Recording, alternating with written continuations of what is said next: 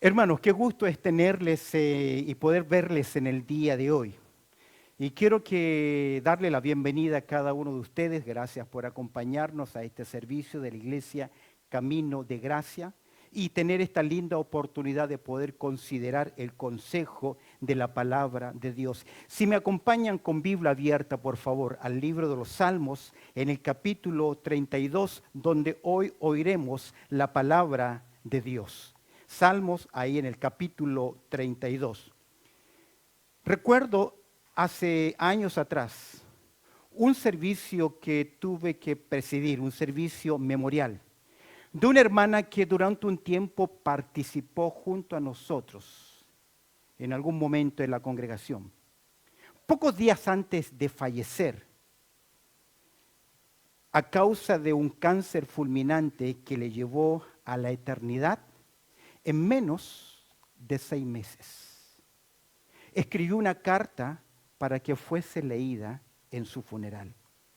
Básicamente era una carta de gozo a pesar de su inminente muerte, pues tenía la seguridad de que era una hija de Dios y veía su partida como una evidencia de su relación con Él. Y con palabras muy enfáticas en su carta citó Apocalipsis capítulo 3, verso 19, que dice: yo reprendo y castigo a todos los que amo. Sé pues celoso, arrepiéntete. Ella entendía que su muerte era la disciplina del Señor sobre su pecado, por haberse apartado negligentemente en desobediencia de los caminos del Señor. Pero sentía paz, a pesar de lo que venía. Estaba en paz con Dios, pues había confesado su pecado con firmeza, confirmando firmemente: creo en Cristo Jesús como mi Señor y mi Salvador.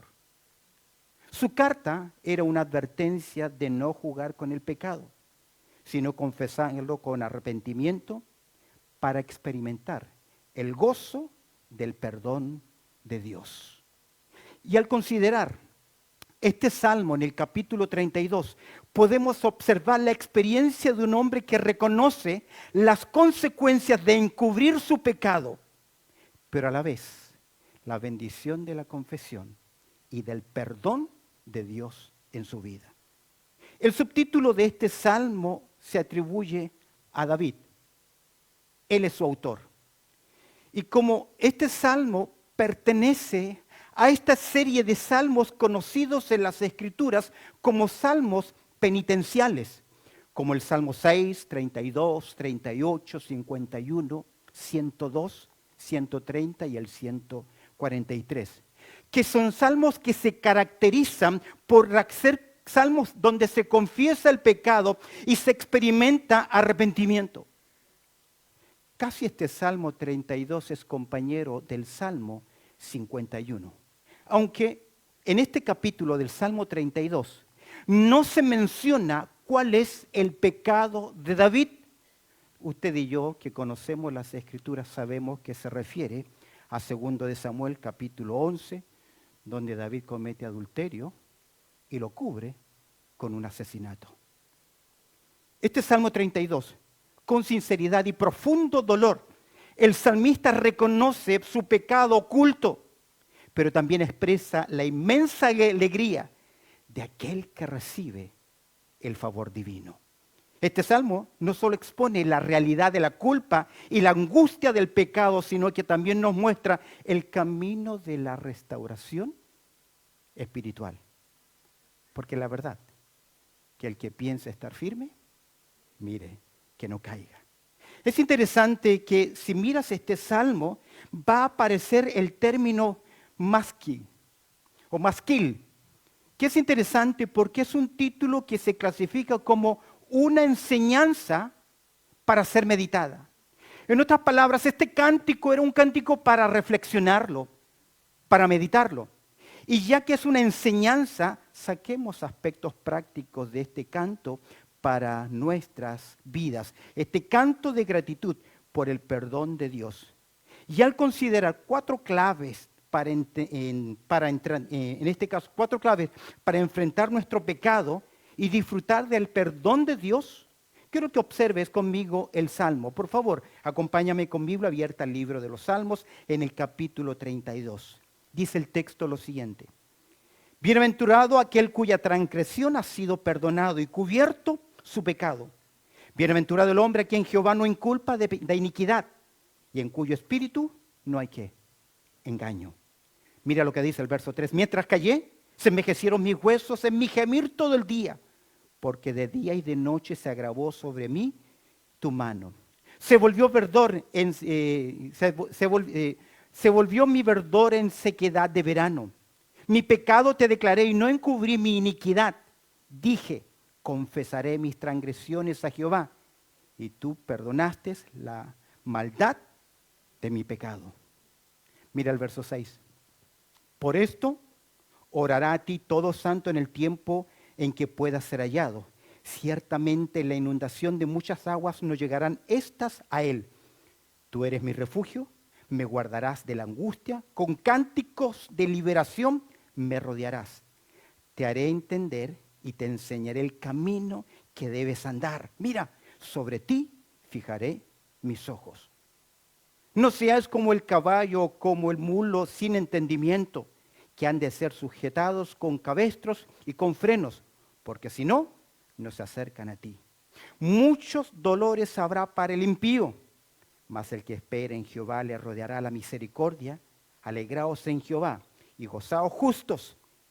Y por último, todos juntos, y dice, y cantad con júbilos todos vosotros los rectos de corazón. Buen Dios, hemos abierto tu palabra.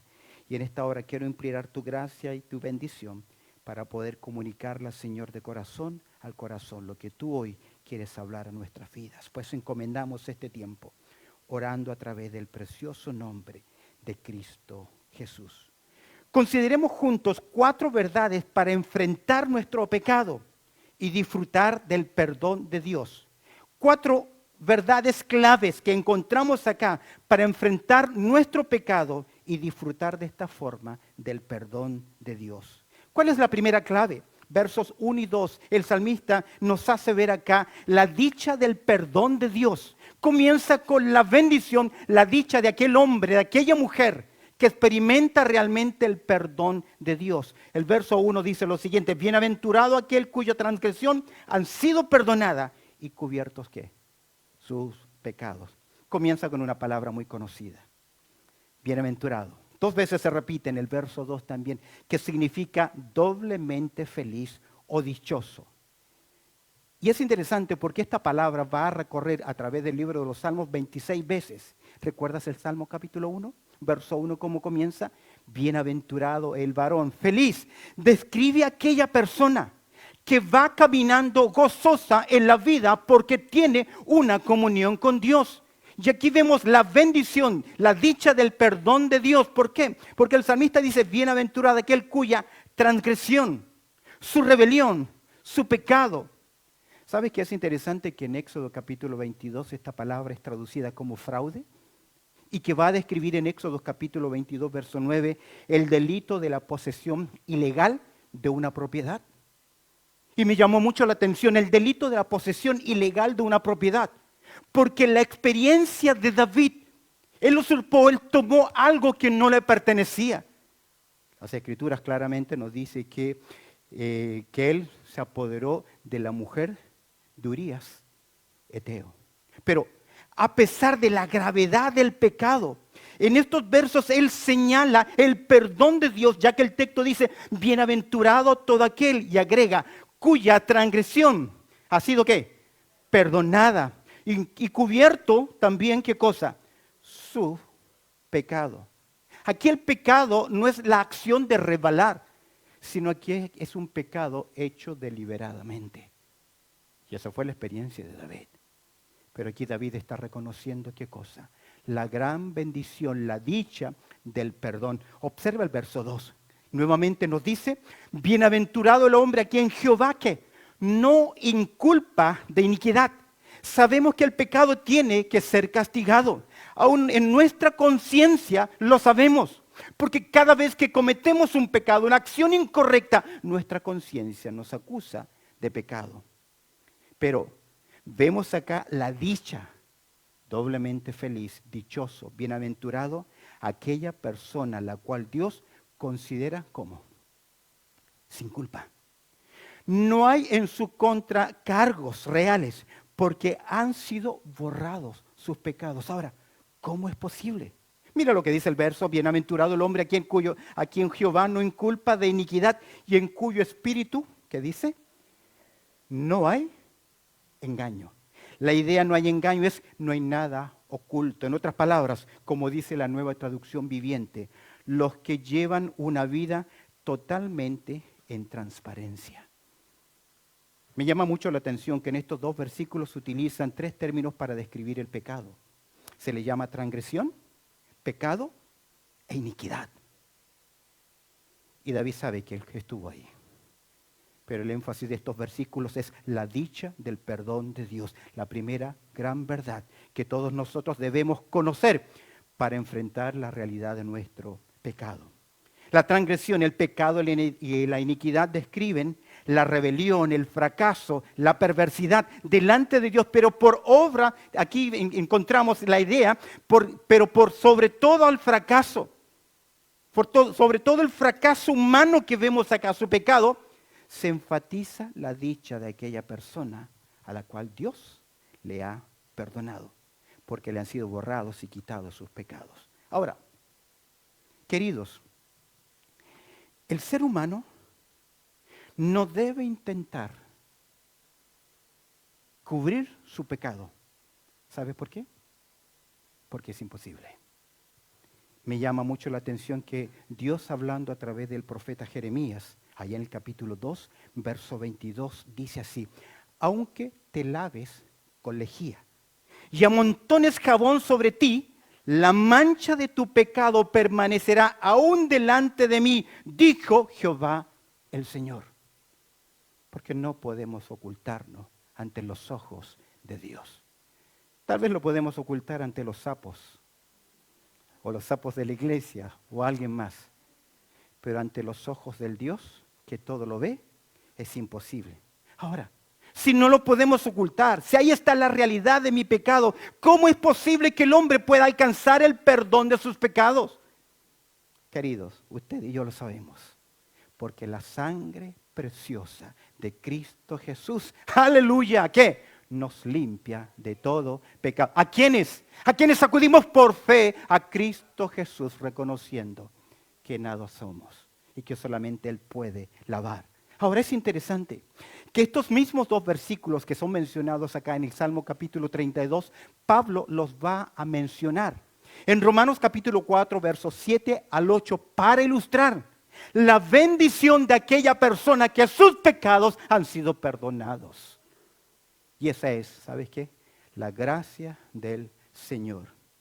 La primera verdad clave para enfrentar nuestro pecado y disfrutar del perdón de Dios tiene que ver con la dicha del perdón de Dios. Pero observa la segunda verdad. La segunda verdad está en los versos 3 al 4, donde se describe la desgracia del pecar, de pecar y no confesar. La desgracia de pecar y no confesar y creer que de alguna forma Dios no lo va a ¿qué? A ver. Mira lo que dice el salmista. ¿Cómo comienza? Verso 3. Mientras callé. Mientras no reconocí. Esta es una etapa previa a la bendición del perdón. Ya nos habló los primeros versículos sobre la bendición del perdón, pero aquí encontramos la desgracia de pecar y no confesar. Mientras callé. El salmista describe las terribles consecuencias espirituales y físicas que él experimentó intentando cubrir su pecado. No sabemos cuánto tiempo pasó, pero sí vemos bien acá, vemos las consecuencias trágicas en su vida. Las Escrituras claramente nos advierten, todo lo que el hombre sembrare, ¿qué?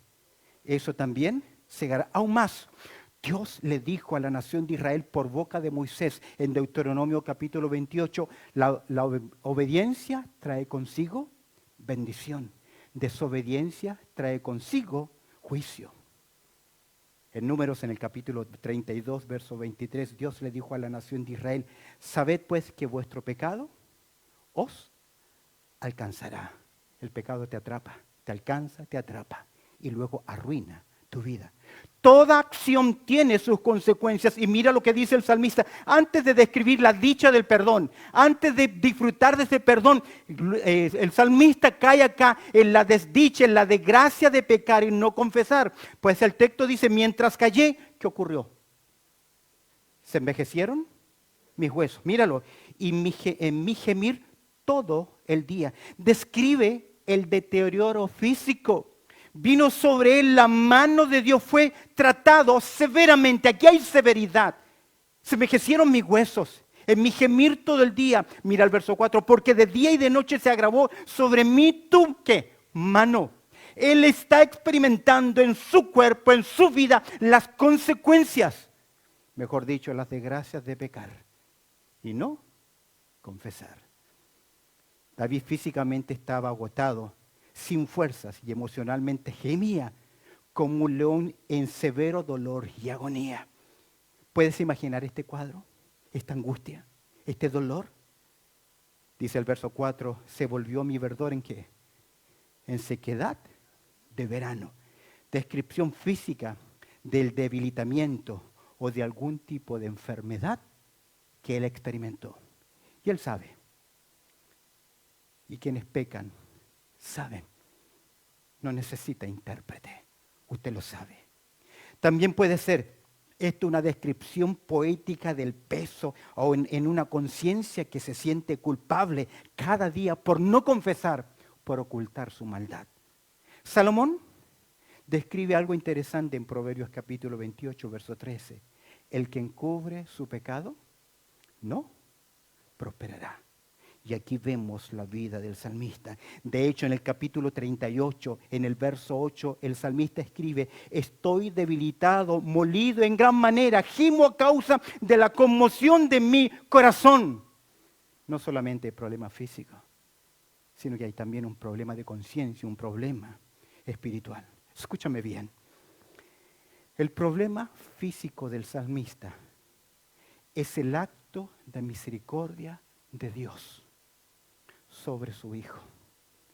A veces no lo entendemos, pero es la mano de Dios frenando la vida de su Hijo y demostrándole una cosa: te amo y porque te amo te corrijo o te disciplino.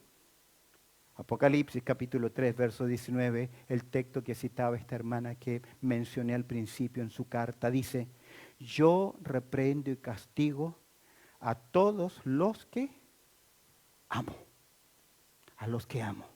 ¿Recuerda las palabras del escritor a los Hebreos en el capítulo 12, versos 7 al 13? Cuando nos enseña que si nuestros padres nos disciplinaron, ¿cuánto más nuestro Padre Celestial? Y si quedamos sin disciplina es porque no somos hijos. ¿Qué vemos acá?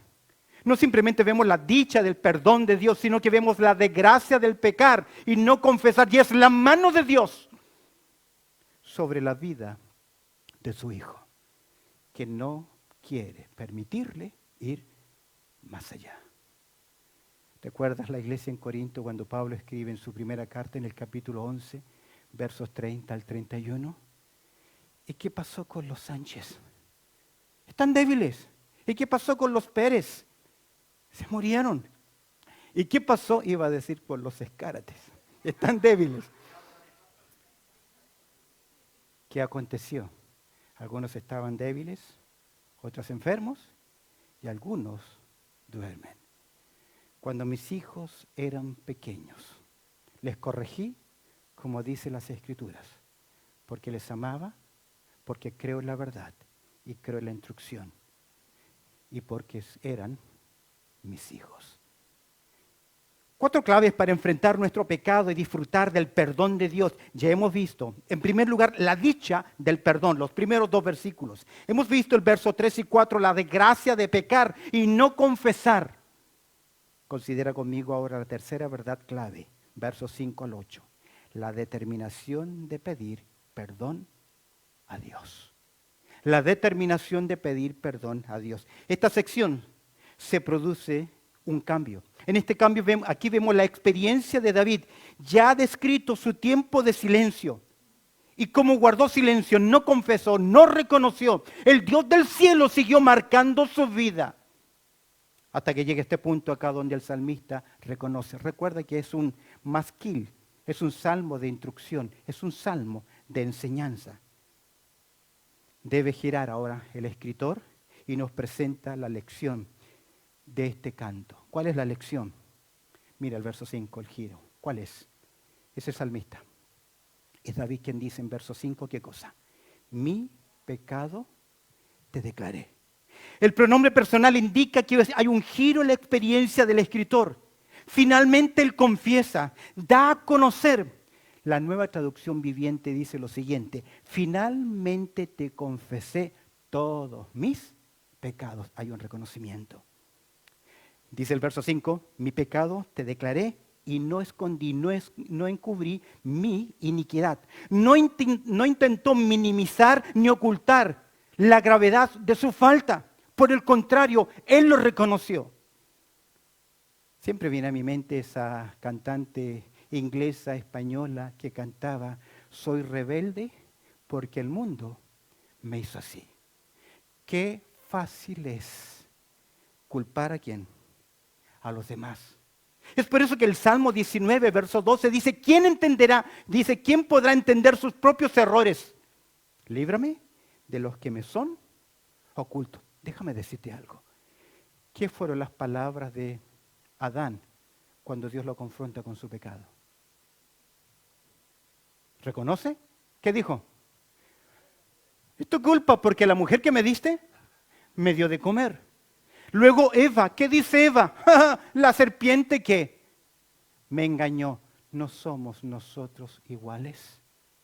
Tratando de justificarnos, tratando de culpar a otros. Pero ¿qué es la lección acá? La determinación de pedir perdón a Dios.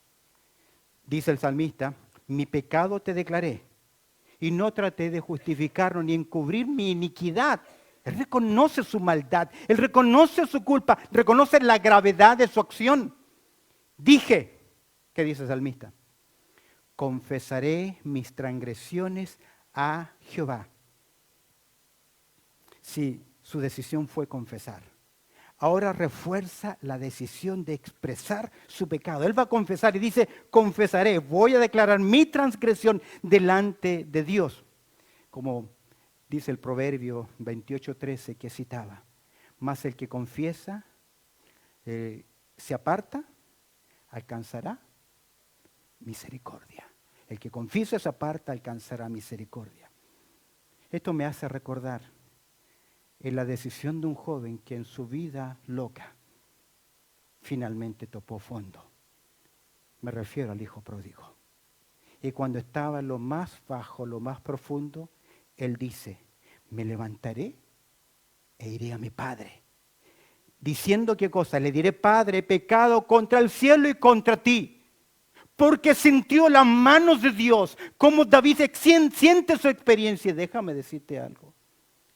Que los hijos de Dios, cuando andan en desobediencia, Dios comienza a achicar su camino para decirle, vuelve a casa, vuelve a casa, vuelve a casa. Algunos vuelven con mucho dolor y con muchas consecuencias.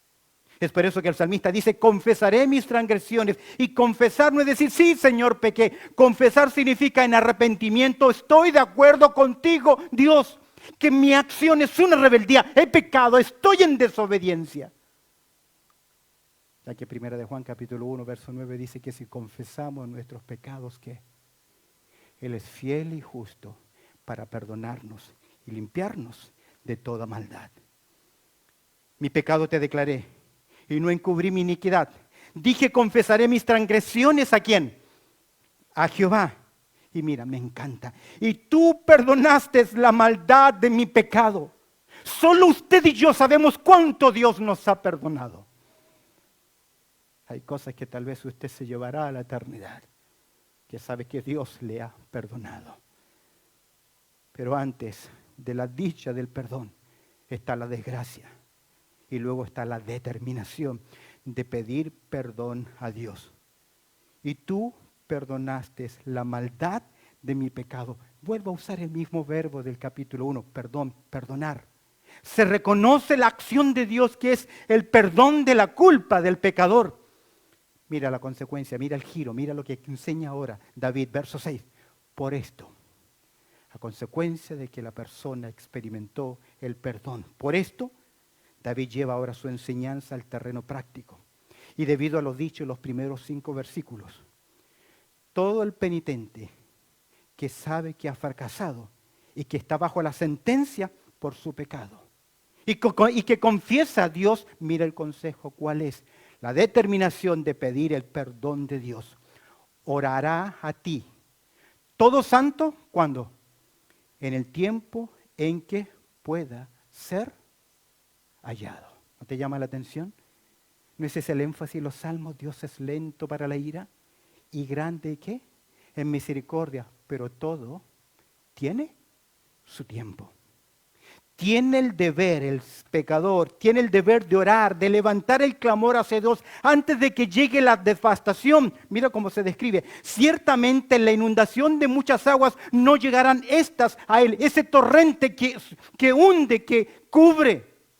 ¿Sabes qué me hace pensar? El momento en que Dios le dijo a Noé, entra al arca. Y cuando se cierra la puerta, nadie más puede abrir. No sé si hay alguien acá que tal vez Dios le está dando esa última oportunidad. Antes que ciertamente la inundación de muchas aguas llegarán a él. ¿Sabes por qué? Porque todo lo que el hombre sembrare, eso también segará. De ahí el llamado a confesar. Mira el verso 7. Tú eres mi refugio. Me guardarás de la angustia. ¿A quién invoca? ¿A quién clama? El salmista en su aplicación lleva a la audiencia a poner la mira ¿en dónde? En Dios. Tú eres mi refugio y le llama refugio. Dios es el único lugar de protección, de perdón. No hay otro lugar. Nadie más puede salvar. Nadie más puede perdonar pecados. El texto dice, con cánticos de liberación me rodearás. No solo hay protección, no solo hay perdón, sino que también hay paz, porque hay liberación. El que no confiesa su pecado y vive justificándolos, traerá un gran peso en su conciencia, en su vida, y jamás podrá levantar el cántico de la liberación diciendo paz, paz.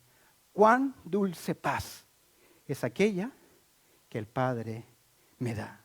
Observa el verso 8 lo que dice. Me encanta. Te haré entender y te enseñaré el camino en que debes andar. No solo hay protección, no solo hay perdón, no solamente hay paz, sino que también hay pedagogía. Dios instruye, Dios se compromete a enseñar. Mira qué interesante, en verso 8 los dos verbos entender y enseñar son la acción ¿de quién? De Dios. De impartir sabiduría y conducirle en el camino que se debe andar. Te haré y te enseñaré ¿qué cosa? El camino en que debes andar. Es interesante que en el libro de los Salmos el camino describe la senda de aquella persona que vive piadosamente, que no anda en caminos de pecadores, ni en sillas de escarnecedores se ha sentado.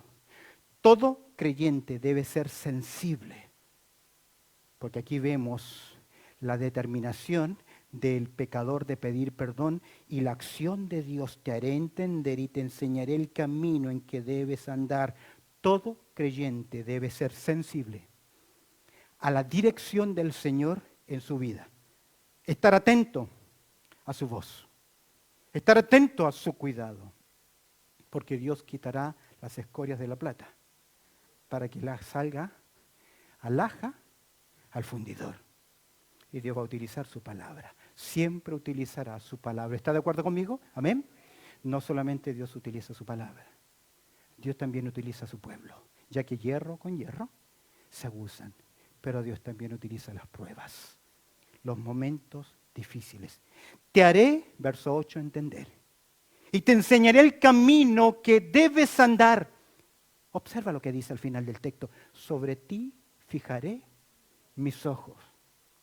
Expresión que indica la delicadeza de esta dirección. Describe de forma figurada el cuidado personal, el cuidado divino sobre sus hijos. Con toda confianza, usted y yo podemos decir, Dios cuida de mí. Amén. Dios cuida de mí. Fue el mismo salmista quien dijo en el capítulo 31, verso 15, en tus manos están mis tiempos. Que indica que en todo momento, en toda circunstancia de la vida del creyente está bajo el control y el cuidado de aquel que todo lo ve. Y cuando Dios nos dice sobre ti fijaré mis ojos, es una bendición porque Él encaminará, me enseñará, me guiará para que viva en justicia. 4 claves para enfrentar nuestro pecado y disfrutar del perdón de Dios. La dicha del perdón, la primera verdad. La desgracia de pecar, versos 3 al 4. La determinación de pedir perdón a Dios. Nada ocurre si usted no toma la decisión de venir. ¿Qué dijo el pródigo? Me levantaré e iré a mi Padre. Observa conmigo la cuarta verdad que expresa nuestro pecado y por el cual podemos disfrutar del perdón de Dios. La cuarta verdad es discernimiento práctico para el perdón de Dios. Si Dios me va a mostrar, si Dios va a fijar, si Dios me va a guiar, debo tener entonces ¿qué? Discernimiento para saber entender y oír a tiempo la voz de Dios. Observa el verso 9. No seas, mira cómo debemos aplicar el discernimiento práctico para el perdón. No seáis como el caballo, o como quién, como el mulo, sin que entendimiento, que han de ser sujetados con cabestro y con frenos. ¿Por qué? Porque si no, no se acercarán a ti. A través de este paralelismo emblemático vemos acá que el autor señala la actitud rebelde, la terquedad del ser humano, de aquel que no quiere atender la enseñanza, que no quiere aplicar el discernimiento. Hay gente que aprende ni lee las señales, como un laberinto. Hay otros que van continuamente golpeándose en todos los muros porque nunca aprenden las lecciones. Y aún siguen viejos y siguen golpeándose. El problema es que en mi desobediencia yo también puedo dañar a quién? A otros. No seas como el caballo, no seas como el mulo. Figuradamente se representa la falta de entendimiento y la necesidad de ser restringidos para que se acerquen o reconozcan su pecado delante de Dios, porque o si no serán personas sin entendimiento, es decir, incapaces de percibir mentalmente. ¿Será por eso que las Escrituras nos dicen, el que tiene oídos para oír, que oiga? Porque podemos escuchar, pero no necesariamente podemos, ¿qué? Oír. Mira lo que dice el discernimiento práctico para el perdón de Dios. No seas como el caballo ni como el mulo, verso 10. Y vemos acá la lección de aquellas personas sin entendimiento. Muchos dolores habrá para quién? El impío. Es decir, para aquella persona incapaz de poder entender y obedecer la instrucción directa de Dios. Me llama la atención que la palabra dolor acá incluye infelicidad. Una angustia profunda. Eso es lo que Dios vio en la nación de Israel cuando estaban en esclavitud en Egipto. En Éxodo capítulo 3, verso 7 dice que Dios vio la aflicción, la angustia, el dolor de su pueblo. Y eso experimentará aquella persona que cree que por poner un cuadro va a poder tapar ¿qué cosa? El agujero. Muchos dolores habrá para el impío. El impío, el dolor, el castigo será para aquel que es culpable de su mal camino y persiste en ellos. Pero observa el cambio en verso 10, un nexo de contraste. Más al que espera, ¿en quién? En Jehová. A modo de contraste, el que espera es aquel que pone su confianza solamente en Dios. Dice el texto, le rodea la misericordia. Es cercado literalmente por amor leal. Por el amor leal de parte de Dios. De esta forma se expresa la bendición del perdón de Dios, tal como fue enseñada en los primeros 2 versículos. Bienaventurado, bienaventurado, feliz.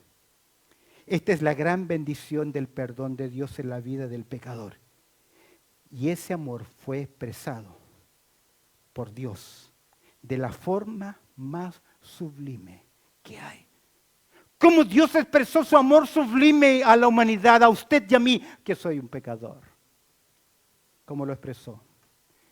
Mas Dios muestra su amor para con nosotros, en que siendo un pecador, Cristo murió por nosotros, para solucionar la deuda impagable de tu pecado y no recibir las consecuencias eternas de él. Debes abrazarte a la cruz de Cristo, en arrepentimiento, en confesión de Jesucristo como tu Señor y como tu Salvador. Observa cómo termina este salmo. El discernimiento práctico para el perdonado, para el perdón de Dios. El discernimiento práctico para el perdón de Dios. Mira el verso 11. Son 3 mandatos. Primero, alegraos en ¿quién? En Jehová. Y en segundo lugar, gozaos ¿quiénes? Justos. No son justos porque sus acciones son justas, porque no hay justo, ni aun uno. Pero es justo porque Dios no inculpa de pecado. Y Dios no inculpa de pecado porque Él lo ha confesado, lo ha reconocido delante de Dios, ha aprendido su lección. A través de 2 mandatos el salmista señala la respuesta de aquel que ha sido perdonado. Los justos no porque proceden justamente, sino como resultado del perdón de Dios en sus vidas. Están sin culpa. ¿Sabe qué me hace recordar Romanos capítulo 8, verso 1? Ninguna condenación hay para quienes, para los que están en Cristo Jesús. Amén. ¿Cómo no unirnos a las palabras del apóstol Pablo cuando él dice, gracias a Dios por su don inefable, la persona de Cristo Jesús? Observa, alegraos en Jehová y gozaos justos. ¿Y cantad qué? Con júbilo. Este es el tercer verbo que indica el hecho de alzar la voz con alegría, con gozo, que es la expresión de un corazón que está agradecido, que adora a Dios, porque ha entendido ¿qué cosa? Su amor y su perdón.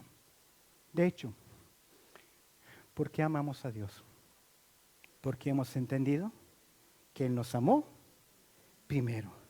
Es interesante y notar que en el Antiguo Testamento este es uno de los mandatos continuos en las Escrituras. Y cantad con júbilo. Si cuando nuestro equipo favorito, nuestra selección, hace un golazo, ¿qué hacemos? Lo celebramos tan grandemente como no estar agradecidos y decir, este es mi deseo, honrarte a ti. ¿Quiénes deben tener esta actitud? Todos vosotros, mira el verso final, los rectos de corazón. ¿Quiénes son estos? Los que tienen discernimiento práctico, que comprenden cómo es el perdón de Dios y que han sido perdonados y que viven en integridad y en obediencia porque tienen discernimiento y que han confiado sinceramente y siguen la dirección de Dios.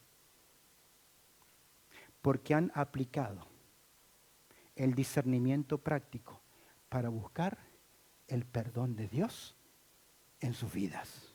Un cántico de gratitud por el perdón de Dios. 4 verdades, 4 lecciones para lidiar con la realidad de nuestro pecado y que usted y yo debemos seguir. Recuerdo el comienzo de mi ministerio en Chile. Voy a decir los años, 91, 92. Recién me había graduado de un seminario bíblico y comenzaba la Iglesia Bautista La Gracia de Dios en Chile.